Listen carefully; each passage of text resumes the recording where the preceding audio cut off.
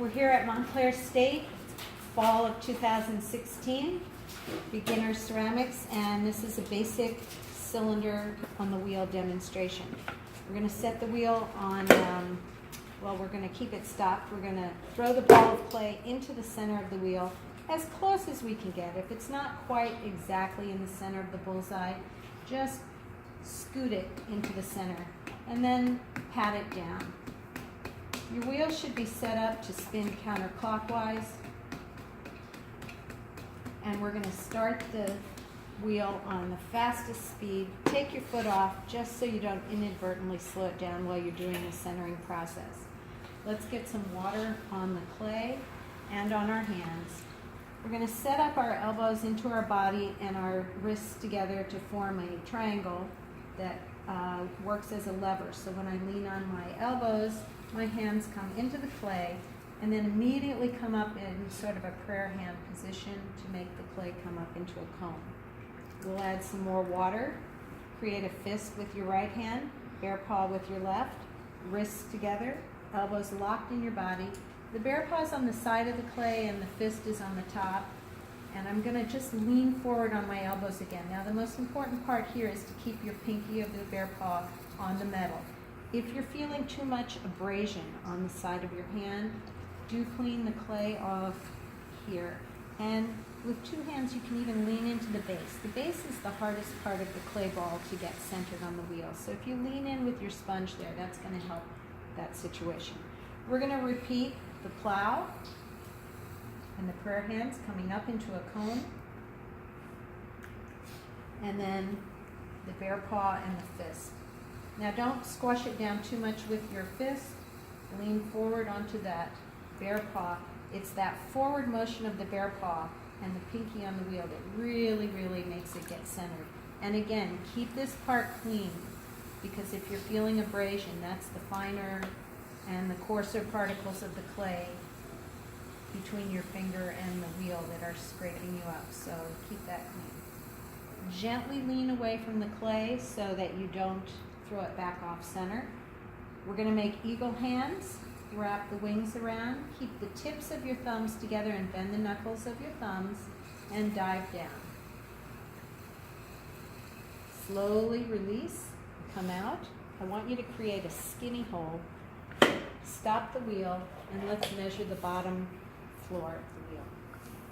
So stick your pin tool in there, run a finger down the pin tool till it touches the bottom of the clay, pull it out, and that's going to be your measurement. And you want it to be about that, 1/4 of an inch thick for your floor. So now we're going to go at a medium speed, and we're going to widen the bottom of the hole. Right now we have a hole that's U-shaped. We're going to bring that into a wider base. We're going to do that by putting your thumbs in. Now use a little water on my hands. Keep your thumbs thumbnail to thumbnail, insert them in, and then just spread the tips of your thumbs like that. So now the bottom of the hole is wider than the top of the hole. At this point you can go in with fingers and smooth the bottom by going back and forth between the center of the pot and 3 o'clock. You want to make that floor like a dance floor, nice and flat and broad. I'm going to set my hands up now for a pull. Use a little water from your sponge on the wall. Let some go to the inside and some go to the outside. Keep your wheel head clean. My left elbow is above the pot, and I'm going to just rotate my palm slightly towards my right hand. Your right hand is your outer hand, and I'm going to lean on my right leg so my head and the upper body is leaning all towards the right. I'm going to keep the fingers of my inside hand straight and even arch them slightly away from the pot so they become like a supporting wall on the inside, and just brace them up against the inside of the pot kind of snugly. My outer hand is going to act like a spatula. The fingers are facing away from me. Press firmly until you feel the clay starting to move, and then just press that clay up against your inner hand, which is acting like a little support feature. When you get to the top, hang out for a few spins, let it continue to go, ease your pressure, and then come out. Now notice that the inside hands stayed much further down into the pot than the outer hands. The outer hand comes up to the top, the inner hand stays there as a support feature. Now, the inside of my pot is often, at this point, kind of ridgy from my pulls. So I'll go down with a sponge and flatten it out like that. And while I'm down there, I'm also going to take the opportunity to widen the floor a little bit. So I'm going to use my left hand to just push against the wall, and my outer hand is just hanging out on the outside to keep it from bulging out. And what that does is it makes the bottom of the hole wider than the top again, just like it was in the very beginning. I'm going to smooth my floor out and do another pull. And what that does is it moves all the clay into position so that it's now in the wall, ready to go up. It's no longer resting on the floor where it's not of much use.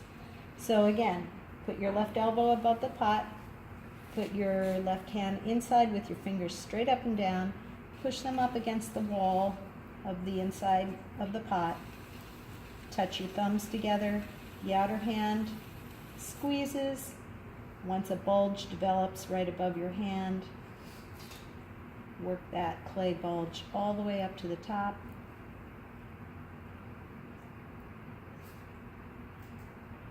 When you get to the top, hang out for a few spins while you're slowly releasing pressure, and then continue up and off, always with a little space between your fingers. And now I'm going to do some final preparations before I take this pot off. You can repeat as many pulls as you need to get your walls even. I'm going to take the water out of the bottom and smooth the floor, which I just did. I'm going to use a rib on the outside to make an undercut and smooth that with a sponge. I'm going to cut off the top rim with a wire to be nice and even. So just have a small piece of wire, always cut at 3 o'clock, go down into the wall, hang out for a few spins, slowly lift off, and then we can curve that rim so it's not flat. I usually let it pass between my index finger and thumb of my left hand, and you can use the sponge on the inside edge and the outside edge.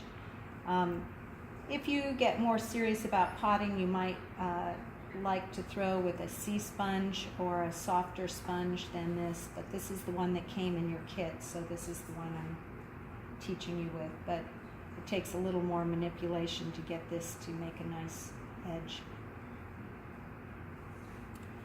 And there you go.